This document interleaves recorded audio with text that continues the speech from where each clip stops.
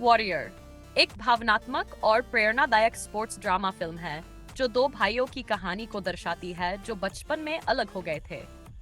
Tommy और Brendon Brendon दोनों के पिता शराबी थे और परिवार में काफी तनाव था। टॉमी अपनी मां के साथ भाग गया जबकि ब्रेंडन पिता के पास रह गया। सालों बाद टॉमी एक पूर्व मरीन बनकर वापस आता है और एमएमए मिक्स्ड आर्ट्स टूर्नामेंट में भाग लेने का फैसला करता है।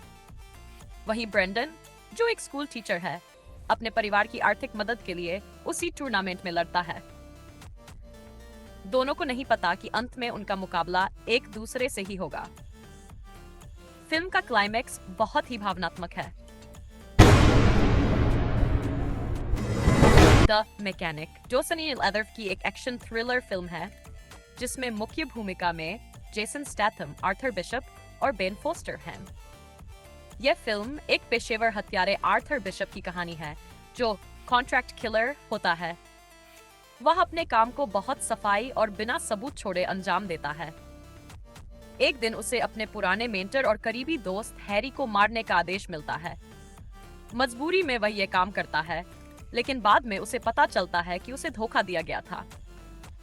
इसके बाद हैरी का बेटा स्टीव अपने पिता की मौत का बदला लेने के लिए बिशप से ट्रेनिंग मांगता है। बिशप उसे अपने जैसा हत्यारा बना देता है, लेकिन उसे सच्चाई नहीं बताता। जैसे जैसे कहानी आगे बढ़ती है, स्टीव को शक होता है कि उसके पिता की मौत के पीछे बिशप ही है। क्लाइमैक्स में सच्चाई सामने आती है और दोनों के बीच टकराव होता है। फिल्म एक ट्विस्ट के साथ खत्म होती है जिसमें बिशप की चतुराई दिखाई देती है। यह फिल्म तेज रफ्तार, रोमांचक और सस्पेंस से भरपूर है। जेसन स्टैथम का एक्शन और स्टाइल दमदार है। फास्ट एंड फ्यूरियस 5 एक एक्शन और रेसिंग से भरपूर फिल्म है जिसमें टॉम, विन डीजल और ब्रायन पॉल वॉकर एक बार फिर साथ आते हैं। कहानी वहीं से शुरू होती है जहां पिछली फिल्म खत्म हुई थी।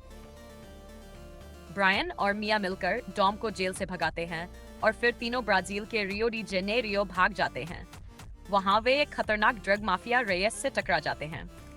पुलिस और एफबीआई एजेंट हॉब्स डॉम की टीम को पकड़ने के लिए पीछे पड़ जाता है।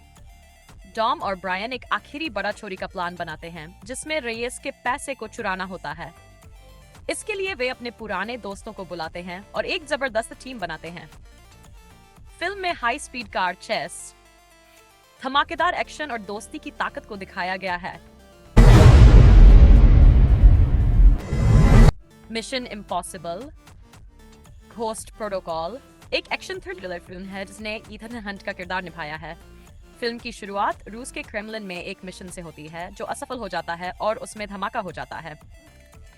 ये आईएमएफ इम्पॉसिबल मिशन फोर्स को जिम्मेदार ठहरा दिया जाता है। इसके चलते अमेरिका घोस्ट प्रोटोकॉल को एक्टिवेट करता है, यानी आईएमएफ को सरकार से अलग कर दिया जाता है और वो अब अकेले काम करेंगे। ईथन हंट और उसकी टीम को एक खतरनाक आतंकवादी हेंड्रिक्स को रोकना होता है जो दुनिया में परमाणु युद्ध छेड़ना चाहता है। वो मॉस्को, दुबई और मुंबई जैसे शहरों में भागते हैं। नए गैजेट्स, एक्शन सीक्वेंस और प्लानिंग के साथ मिशन को पूरा करने की कोशिश करते हैं। फिल्म में दुबई के बुर्ज खलीफा पर एक बहुत ही रोमांचक सीन है जिसमें इथन खतरनाक ऊंचाई पर चढ़ता है। पूरी फिल्म तेज गति, जबरदस्त स्टंट्स और रोमांच से भरपूर है। मिशन इम्पॉसिबल घोस्ट प्रोटोकॉल एक रोमांचक जासूसी फिल्म है जो दर्शकों को अंत तक बांधे रखती है। एक्शन, कहानी और लोकेशन सभी बेहतरीन हैं।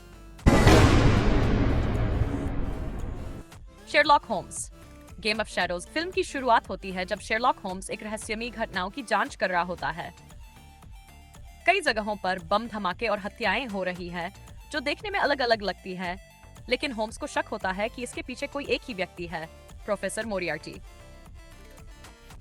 मोरियार्टी एक बेहद चालाक अपराधी है जो दुनिया भर में युद्ध शुरू करवाना चाहता है ताकि वह हथियार और दवाइयों के व्यापार से पैसा कमा सके।